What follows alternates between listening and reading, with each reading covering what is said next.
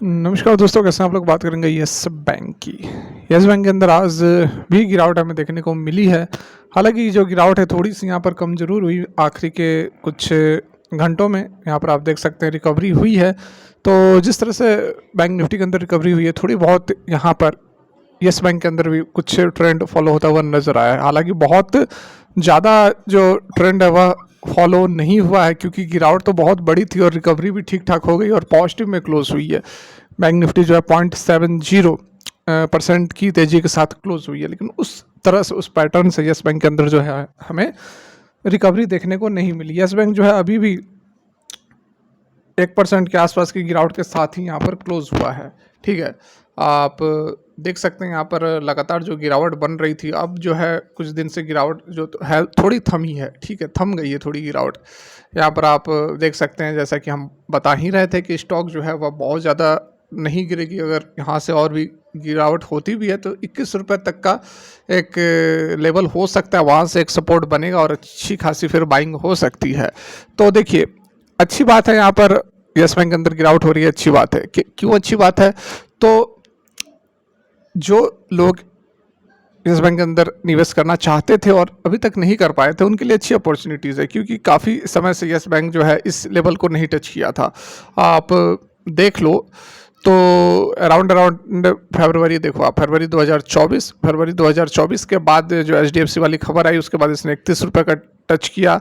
उसके बाद एक बार ये 21 रुपये के लेवल को टच किया था इस रेंज में। ठीक है, इस समय उसके बाद फिर से स्टॉक ऊपर ही चली गई थी। तो पूरे फरवरी के बाद से एक बार इस लेवल को इसने टच किया और उसके बाद ये दूसरी बार यहाँ पर टच करता हुआ नज़र आ रहा है। तो अच्छी बात यह है कि जो लोग बाइंग करना चाह रहे थे उनके लिए अच्छी एक लेवल, बढ़िया लेवल आ रहा है। यस बैंक के अंदर जो है खरीदारी की जा सकती है। हालांकि बहुत बड़ी क्वांटिटीज़ अभी सडन नहीं लेनी है, अपने कैपिटल को 4-5 भागों में डिवाइड कर दे और उसी तरह से आप जो है यस बैंक के अंदर इन्वेस्ट कर सकते हैं।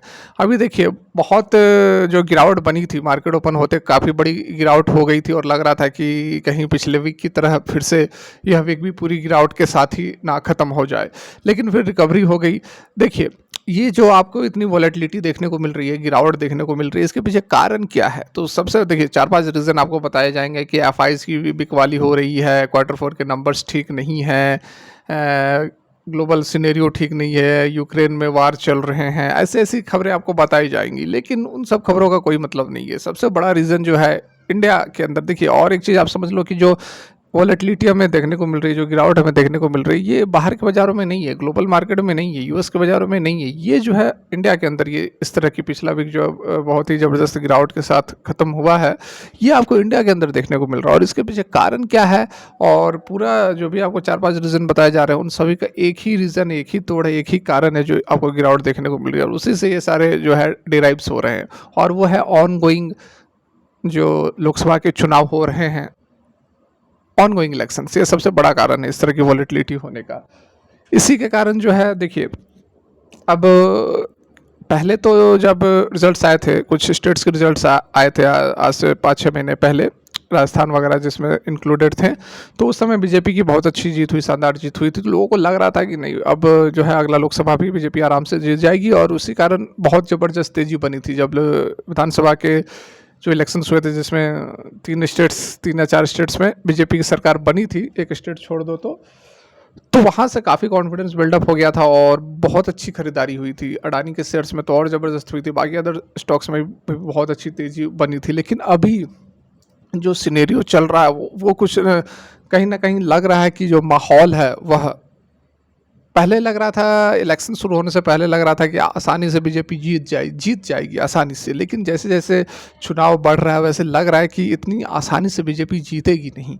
तो ये एक डर है, ये एक माहौल बन रहा है, जिसके कारण कि जो बड़े इन्वेस्टर्स है वह प्रॉफिट बुक कर रहे हैं, क्योंकि ऑलरेडी जो इंडाइसेस थे वह ओवरबाउट रीजन में चल रहे थे। तो उस कारण से जो है प्रॉफिट बुकिंग भी हो रही है। लोगों को लग रहा है कि कहीं बीजेपी सत्ता में नहीं आई तो एक बड़ी गिरावट हो सकती है, तो उससे पहले ही माल यहाँ पर निकाला जा रहा है। और यही एक सबसे बड़ा कारण है। और बाकी अदर फैक्टर्स आपको गिनाए जा रहे हैं, जैसे कि एफआईज बेच क्यों रहे हैं? क्योंकि उन्हें डर लग रहा है कि कहीं बीजेपी सत्ता में नहीं आई तो मार्केट गिर सकता है, इसलिए बीजेपी अपना जो है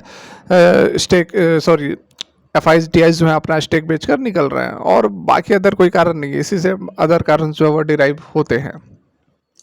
ठीक है, तो यहाँ हमें करना क्या चाहिए, सवाल ये उठता है कि करना क्या चाहिए। तो देखिए, कन्फर्मेशन नहीं है किस तरह का माहौल बनता है, लेकिन एक चीज़ है, यदि बीजेपी सत्ता में नहीं भी आती है तो जो गिरावट है वह ऑलरेडी एंटिसिपेटेड है, और अभी आपको कुछ दिनों से जो गिरावट दिख रही है वह इसी का डर है। तो अगर सत्ता में नहीं भी आती है तो बहुत बड़ी गिरावट नहीं होगी, मुझे जहाँ तक लगता है, क्योंकि 4 जून से पहले पहले माहौल इस तरह का रहा, तो 4 जून से पहले पहले मार्केट जो है अच्छी खासी करेक्ट हो चुकी होगी। और जब रिजल्ट्स आएंगे, यदि कांग्रेस आ जाती है तो उसके बाद हल्की फुल्की गिरावट होगी, फिर से रिकवरी होगी। रिकवरी कहाँ तक होगी, जहाँ से मार्केट ने गिरना शुरू किया था वहाँ तक रिकवरी हो सकती है। अब बीजेपी यदि पावर में आती तो मार्केट जहाँ से गिरी है उससे 20 से 30% अप एक मूवमेंट हमें देखने को मिल सकता था। तो इस कारण से आप जो है वह यहाँ पर धीरे धीरे माल उठा सकते हैं, माल उठाते रहें, और फिर जब इलेक्शन से नज़दीक आएंगे, मतलब रिजल्ट्स नज़दीक आएंगे, उस समय फिर हम डिस्कस करेंगे कि क्या स्ट्रेटजी होनी चाहिए। यहाँ पर मुझे नहीं लगता कि बहुत बड़ी गिरावट होगी, इस लेवल तक गिरावट हो सकती है, 21 रुपये 75, 20 रुपये 75 पैसे, 20 रुपये 80 पैसे, 21 रुपये तक गिरावट हो सकती है। तो इस लेवल पर जो है आप माल उठाएँ, अच्छी खासी अपॉर्चुनिटीज़ बन रही हैं, यहाँ पर आप माल उठा सकते हैं। लॉन्ग टर्म के अंदर तो आपको डेफिनेटली यहाँ पर अच्छा खासा रिटर्न देगा ही देगा, शॉर्ट टर्म में भी आपको कमा कर दे सकता है। रिजल्ट्स को लेकर मतलब कि रिजल्ट्स के समय और इसके जो प्रमोटर की खबर निकल कर आ रही है, ये दो खबरें हैं जो इम्पैक्ट कर सकती है इस बैंक को।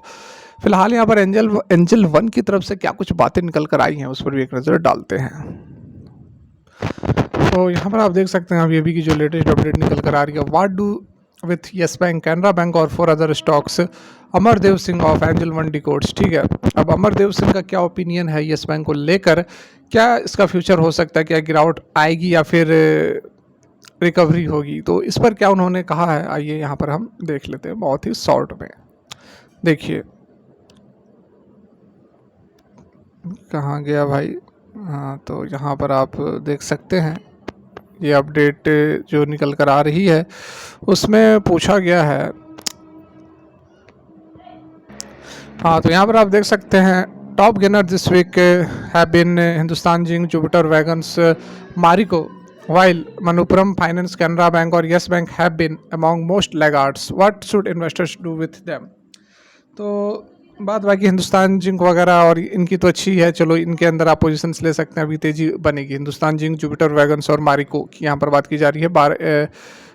12 से 20 से 14% तक की तेजी हमें इन तीनों स्टॉक्स के अंदर देखने को मिली है। लेकिन जो दूसरी तरफ स्टॉक्स है जैसे कि मनप्पुरम के अंदर 11% की गिरावट हुई है वीकली बेसिस पर, कैनरा बैंक के अंदर 12% की हुई है और येस बैंक के अंदर 10% की गिरावट हुई है। तो all this 3 stocks appear to have formed a short term top. ठीक है, शॉर्ट टर्म टॉप फॉर्मेशन हो रहा है जो कि चार्ट के ऊपर मैं आपको बता दूंगा। So it would be ideal for investors to either exit their positions on any bounce back और, ठीक है, मतलब कि कोई भी यदि बाउंस बैक होती है, कोई भी तेजी होती है, तो आप जो है एग्जिट कर सकते हैं येस बैंक के अंदर, ऐसा कहना है एंजल वन के। ठीक है, एंजल वन का, या फिर they can trail their positions with level as follows. ठीक है, ट्रेल कर सकते हैं, मतलब कि 20 रुपए से नीचे यदि जाता है तो आप एग्जिट कर ले, ऊपर जाता है तो आप प्रॉफिट बुक कर सकते हैं। यस बैंक के लिए बताया जा रहा है कि can trail their positions below the 20 level mark. तो यहाँ पर देख सकते हैं हर तरफ की बातें वही निकल कर आ रही हैं कि आप जो है पोजीशंस क्लोज कर ले, गिरावट हो सकती है, 17-18 रुपये तक जा सकती है। देखिए 18 रुपये भी चली जाती है यदि इफ़ की बात की जा रही है, लेकिन कम चांसेस जाएंगे। तो एक अच्छी अपॉर्चुनिटीज़ है, 18 रुपये पर आप माल दबा कर उठा सकते हैं, क्योंकि शॉर्ट टर्म के अंदर वो 22-25 रुपये तक चला जाएगा और आपको बढ़िया 20 से 30% का जो रिटर्न है आपको एक सप्ताह के अंदर मिल सकता है। तो जितनी गिरावट होगी उतना आप माल येस बैंक के अंदर उठा सकते हैं। तो फिलहाल की वीडियो यहीं तक, thanks for watching, have a great day.